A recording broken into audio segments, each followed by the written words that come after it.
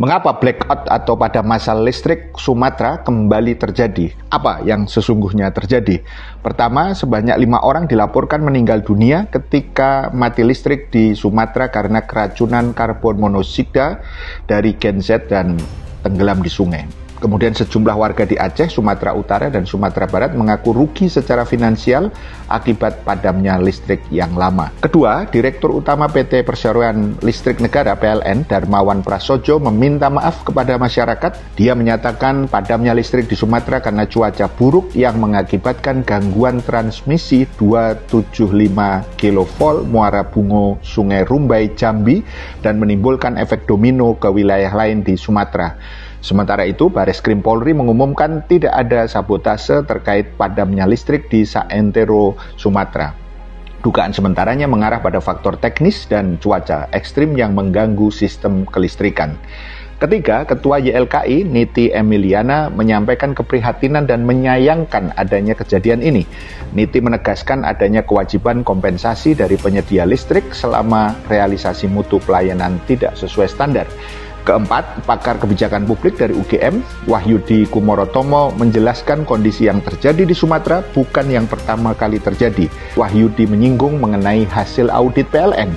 Hasil audit biasanya menunjukkan kegagalan infrastruktur transmisi tegangan tinggi akibat tidak adanya sistem cadangan dari sistem tunggal yang berjalan.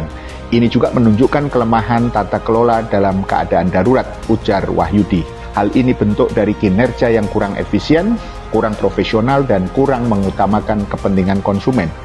Kelima, media Wahyudi Askar dari Lembaga Kajian Selios mengungkapkan bahwa kebijakan PLN terkait sistem tunggal tanpa cadangan yang diterapkan di Sumatera perlu dievaluasi. Pemicu lainnya juga berkaitan dengan tata kelola PLN yang buruk, terutama dalam hal monitoring infrastruktur SUTET. Selain itu, ia berpendapat terlalu banyak pengeluaran PLN yang bukan untuk perluasan dan perbaikan jaringan. Unit cost PLN bukan untuk perbaikan, tapi untuk menggaji komisaris, memberi tantim atau bonus pada para manajer, dan hal-hal lain yang tidak mendesak, kata Wahyudi. Dilansir dari Kompas.com, PLN mengalokasikan gaji, bonus, dan fasilitas lain untuk direksi sebesar lebih dari 435 miliar rupiah dalam setahun berdasarkan situs resmi perusahaan. Ini belum termasuk gaji komisaris. Dengan asumsi besaran tersebut dibagi dengan jumlah direksi sebanyak 10 orang, penghasilan per direktur bisa mencapai 4 miliar rupiah lebih per tahun atau sekitar 377 juta rupiah per bulan. Belum lagi tantimnya yang bisa puluhan miliar. Perlu dicatat juga PLN saat ini memiliki hutang sebesar 773 triliun rupiah per 2025. Keenam, menurut pakar sistem tenaga listrik Universitas Muhammadiyah Yogyakarta (UMY), Dr. Insinyur Rahmat Adi Prasetya Al-Hasibi, akar masalah blackout massal yang melumpuhkan 8 provinsi di Sumatera bukan semata akibat putusnya satu kabel transmisi di Jambi.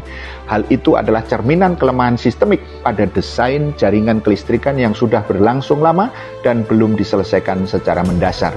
Ketujuh, lebih dari sekedar masalah teknis dan kebijakan dalam paradigma ideologis Islam, energi termasuk listrik di dalamnya terkategori kepemilikan umum atau milkiyah ammah. Negara harus mengelola untuk sebesar-besarnya kemaslahatan publik, haram diserahkan ke swasta baik lokal atau asing.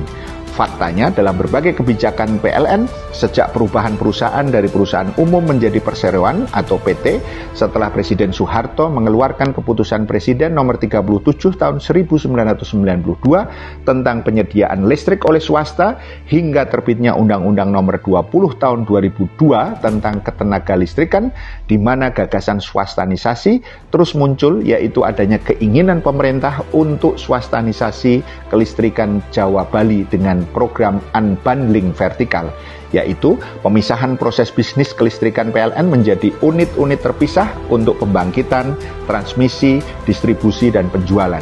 Hal itulah yang membuka jalan bagi swasta untuk menguasai bahkan mendominasi produksi listrik. So, Pak Presiden, sampai kapan privatisasi atau swastanisasi atau liberalisasi kelistrikan dibiarkan?